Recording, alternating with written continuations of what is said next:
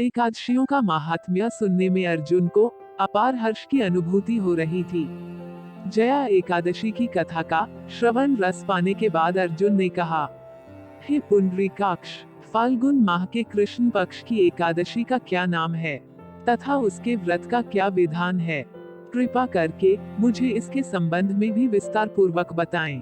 श्री कृष्ण ने कहा, हे अर्जुन, फाल्गुन माह के कृष्ण पक्ष की एकादशी का नाम विजया है।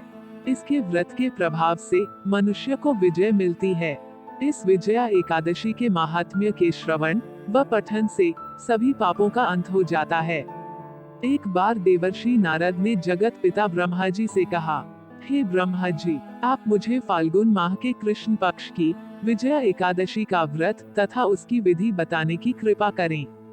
नारद की बात सुन ब्रह्मा जी ने कहा, हे पुत्र, विजया एकादशी का उपवास पूर्व के पाप तथा वर्तमान के पापों को नष्ट करने वाला है। इस एकादशी का विधान मैंने आज तक किसी से नहीं कहा, परंतु तुम्हें बताता हूँ। यह उपवास करने वाले सभी मनुष्यों को विजय प्रदान करती है।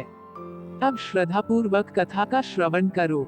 श्री राम को जब 14 वर्ष का वनवास मिला, तब वह भ्राता लक्ष्मण तथा माता सीता सहित पंचवटी में निवास करने लगे। उस समय महापापी रावण ने माता सीता का हरण कर लिया।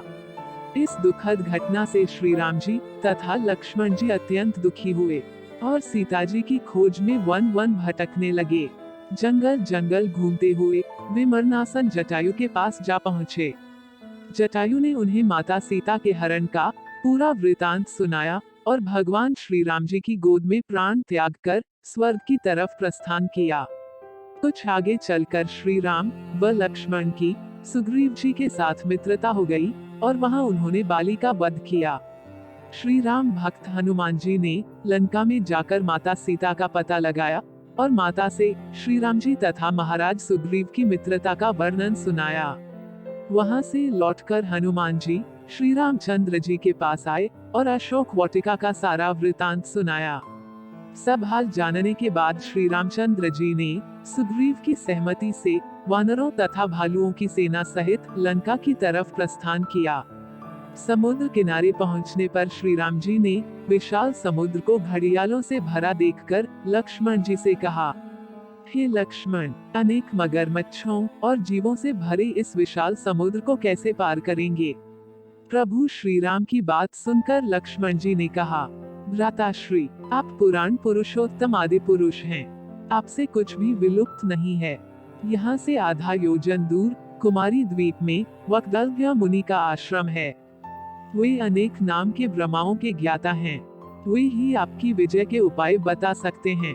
अपने छोटे भाई लक्ष्मण जी के वचनों को सुन श्री राम जी वक्दव्य ऋषि के आश्रम में गए और उन्हें प्रणाम कर एक ओर बैठ गए।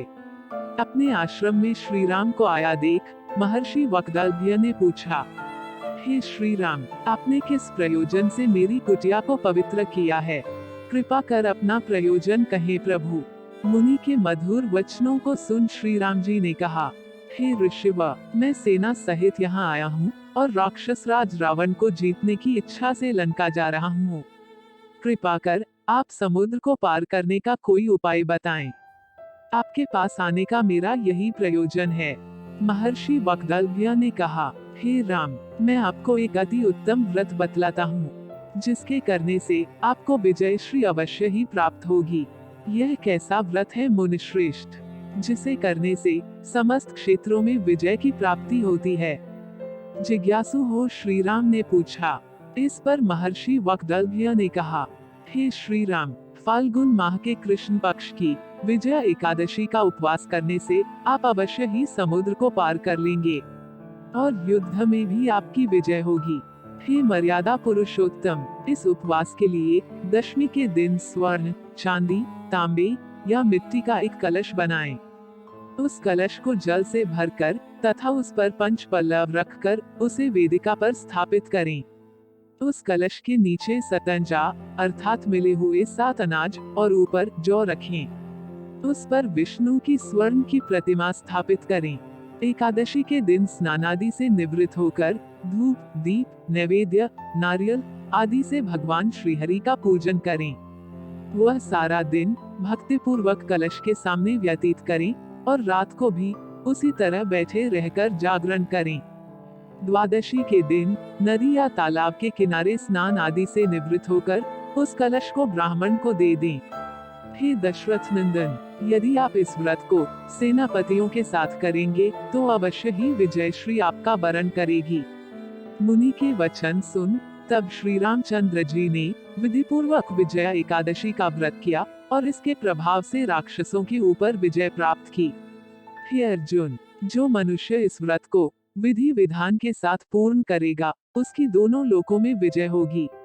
श्री ब्रह्मा जी ने नारद जी से कहा था, जो इस व्रत का महात्म्य श्रवण करता है या पढ़ता है उसे वाजपेय यज्ञ के फल की प्राप्ति होती है। भगवान विष्णु का किसी भी रूप में पूजन मानव मात्र की समस्त मनोकामनाएं पूर्ण करता है। श्री राम हालांकि स्वयं विष्णु के अवतार थे, अपितु अपनी लीलाओं के चलते प्राणियों को सद्मार्ग दिखाने के लिए उन्होंने विष्णु भगवान के निमित्त इस व्रत को किया। विजय की इच्छा रखने वाला इस उपवास को करके अनंत फल का भागी बन सकता है। जय श्री कृष्ण।